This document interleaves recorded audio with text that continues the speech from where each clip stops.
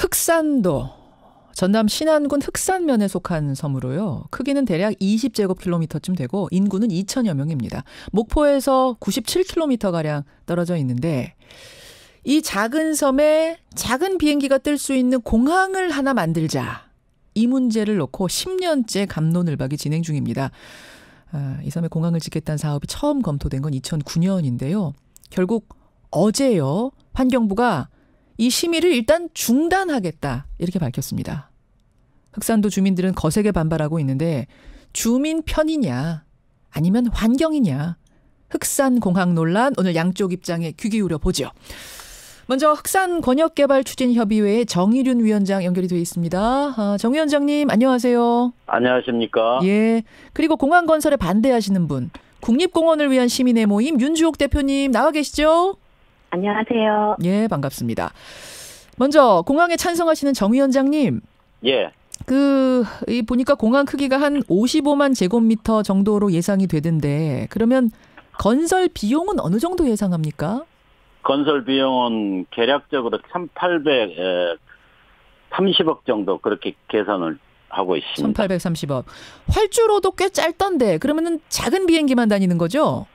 현재 상태로는 그 국립공원 법에 1.2km로 공항 시설을 제한을 했기 때문에 50인승 소형 비행기만 거기 이착륙할 수가 있게 돼 있습니다. 여러분 지금 말씀하시는 중에 국립공원 안에 비행장이라는 말씀 들으셨죠? 이 말은 뭐냐면 국립공원으로 지정이 되어 있습니다. 흑산도는. 그 안에 지금 공항이 생기는 그 문제이기 때문에 환경단체에서 크게 반발을 하고 있는 건데 자 반대측 얘기 들어보죠. 윤 대표님. 네. 예. 이렇게까지 반대하시는 이유 뭘까요? 우선은 이제 국립공원이라고 하는 게 가장 큰 문제인데요. 이제 우리나라 국립공원 면적이 국토 면적으로 보면은 한 3.9% 정도 되거든요. 예. 근데 이거는 이제 국가가 국민들에게 또 우리 미래 세대에게 여기 지켜서 우리나라의 생태적 건강성이나 또 생물종 다양성, 지속 가능성을 위해서 노력하겠다라고 한 지역이에요. 그렇기 때문에 저희들은 국립공원은 우선적으로 보호해야 된다라고 하는 그런 생각을 가지고 있습니다. 예. 자, 어떻게 생각하세요, 정 대표님, 정 위원장님? 그 국립공원을 지키고 보호하는 것은 저도 적극 동의를 합니다. 예. 지난번에 우리 윤주옥 대표님하고 토론회 석상에서 전국에 있는 특히 목포 지역의 환경운동연합 대표님들한테 제가 극단적인 표현으로 질의를 했어요. 환경운동을 왜 하십니까? 네, 여쭤봤어요. 예, 그랬더니요. 그랬더니 잘 살기 위해서 한다 그러더라고요. 잘 살기 위해서, 우리도 잘 살고 후손들도 잘 살기 위해서. 예. 예, 그런데 환경운동을 하신 분의 대표자 입장에서 이런 발언은 저는 좀 상식 이하라고 생각을 합니다. 좀 더 디테일하니 좀 멋들어진 대답을 기대를 했었는데 그런 식으로 잘 살기 위해서 국립공원에 환경운동을 한다 그러니까 좀 많이 적잖이 실망을 했는데요. 그럼 반대급부적으로 환경운동을 하신 분들이 흑산도가 역설적으로 제가 윤 대표님한테도 말씀드렸었는데 반대급부적으로 얘기하면 흑산도가 국립공원 국립공원을 지키는 운동을 지역 주민들이 잘 해왔기 때문에 아직도 흑산도에 국립공원은 살아있다. 이렇게 판단이 되기 때문에 지금 환경단체에서 지금 난리거든요. 알겠습니다. 자, 무슨 말인지 이해했습니다. 그러니까 우리가 환경을 이렇게 잘 지켰기 때문에 그 많은 섬들 중에서 우리 섬은 국립공원으로 유지가 되고 있는 건데 그렇게 잘 지켰기 때문에 우리는 공항을 만들 수 없다라고 하면 이건 너무한 거 아니냐? 자, 환경단체 윤 대표님 답변 주시죠. 그러니까 이제 국립공원이 제가 아까 말씀드렸던 것처럼 보호를 해야 될 지역이기 때문에 국립공원 안에 굉장히 까다롭고 제한되어 있습니다. 제한이 되어 있다. 실은 이 공항 건설도 국립공원이 지정을 해서 2010년까지는 불가능했었어요. 그러던 것을 이명박 정부가 법을 개정해서 국립공원에 공항을 건설할 수 있도록 한 거죠. 그러니까 이명박 정부는 법을 개정하고 박근혜 정부는 여러 국책기관들이 그곳 이곳은 공항으로서는 부적절한 곳이다라고 권고를 했음에도 불구하고 전략 환경 평가하는 것을 협의해줘서 지금이 이루고 있는 거거든요. 환경부의 전략 환경 영향 평가에서 협의를 통과한 상태다. 그 말씀이세요? 네, 그렇죠. 예. 그래서 좀 전에 그 우리 위원장님께서 말씀하신 거에 대해서는 저도 일정하게 동감을 하는 바예요. 그러니까 주민들이 잘 지켜서 국립공원이 보호되고 있는 건 맞습니다. 그렇다라고 하더라도 그러면은 지금까지 잘했으니까 앞으로도 더 잘해야 되는 거잖아요. 그곳에 대규모 시설이 들어가서 국립공원이 훼손이 되면은 결국은 그것에 대한 여파는 저는 주민들에게도 그렇게 좋지 않은 것으로 남을 수밖에 없기 때문에 우리가 개발이 아닌 다른 방식으로 국립공원 안에 주민들도 잘 살 수 있고 또 국립공원의 자원도 보존할 수 있는 방법을 찾아야 되는 것. 그게 저는 우리들의 역할이라고 생각을 합니다. 정 위원장님, 근데 이제 흑산도 주민들이 이렇게 간절하게 공항을 원하는 이유는 뭔가? 그걸 궁금해하시는 분들이 많으세요. 뭡니까? 제가 우선 그 말씀 드리기 전에 우리 대표님 말씀하신 부분에 대해서 좀 이의 제기를 하려고 그럽니다. 네, 짧게요.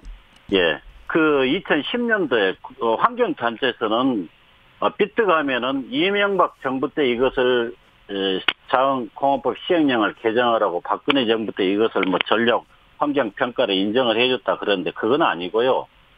정확하게 얘기를 하면 2010년도에 전라남도 또는 신안군 흑산면 주민들이 국립공원 해제 요청을 했습니다.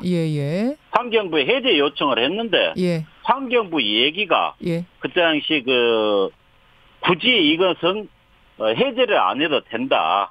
시행령을 개정을 해가지고 거기다가 공원 시설물로 인정할 수 있는 활주로가 1.2km까지는 공원 시설물로 인정을 해줄 테니까 공원 해제를 하지 말고 그냥 그대로 알겠습니다. 가자 그래갖고 지자체하고 협의를 해가지고 위원장님, 시행령이 개정된 청취자들한테는 어느 시기에 이게 해제됐는가 그 문제는 그렇게 중요한 문제는 아닌 것 같고 여하튼 왜 주민들이 간절하게 원하는가 이 부분을 말씀해 주시는 게 더 중요할 것 같아요. 주민들이 여기 공항의 필요성을 제가 이 얘기를 하는 건 뭐냐면 우선 삶의 넓은 의미로 얘기를 하면 삶의 질 개선이죠.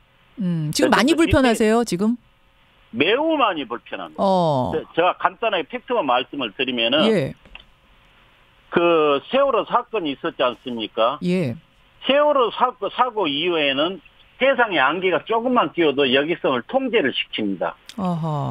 그러면은 뭐 1년에 며칠이 통제가 됐다 이런 걸 논하기 이전에 앞서서 실제 제가 체험한 일인데 27년 전에 저희 막둥이 아들이 27살입니다. 그런데 생후 6개월 만에 3일 동안 주의보가 내려가지고 여객선이 통제가 됐어요. 그런데 아이는 그 토사광난을 일으켜가지고 지금 곧 죽게 생겼습니다. 그러면은 아기가 여기서 죽는 걸 바라는 부모가 한 사람이라도 있겠습니까? 그러니까 종합병원 응급실을 가야 되는데 배는 3일 동안 뜨지 못하는 상황이었다. 그렇습니다. 그런 응급한 상황이 있었는데 마치 그때 해경 헬기가 여기를 서장님이 이쪽 천안권을 순시를 하면서 그 헬기를 싣고 목포 병원으로 갈 기회가 있었어요. 그래가지고 지금 아기가 27살 먹돌이 성장을 하고 있는데 그때도 골든타임을 놓쳤기 때문에 아이가 성장판이 더디어가지고 1m 60이 안 됩니다. 그래서 군대를 못 갔어요. 알겠습니다.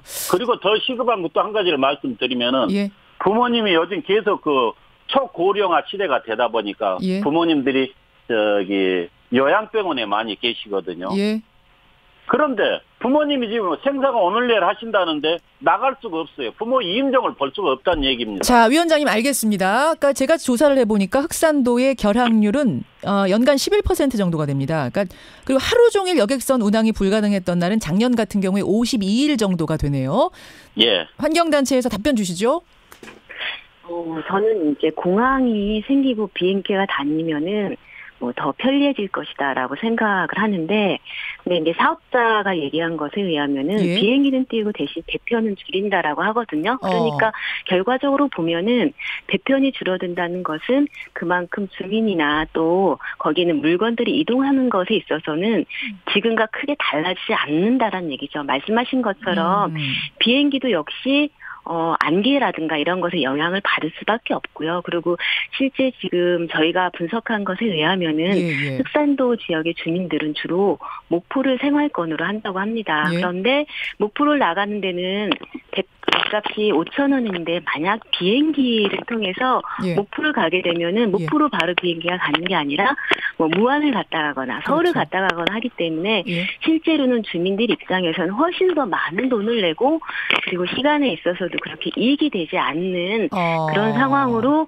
밖을 나가야 되기 때문에 저는 이 문제는 그냥 각각의 사안의 문제가 아니라 전체적인 주민의 연령대라든가 주로 이렇게 활동하는 지역이라든가 생활 패턴이라든가 이런 것을 종합적으로 보고 고려를 해야 된다고 하는 거고요. 알겠습니다. 어쨌든 말씀하신 것처럼 섬 주민들이 고통을 받고 있는 건 사실이지요. 근데 그거는 흑산도 지역만의 문제가 아니기 때문에 우리나라의 전체 섬 주민들의 교통의 문제를 어떻게 해결할 것인지에 대해서 좀 더 국가가 다른 차원의 고민을 좀 해야 한다고 생각을 합니다. 그 청취자 한 분이 질문을 주셨는데요. 정 위원장님.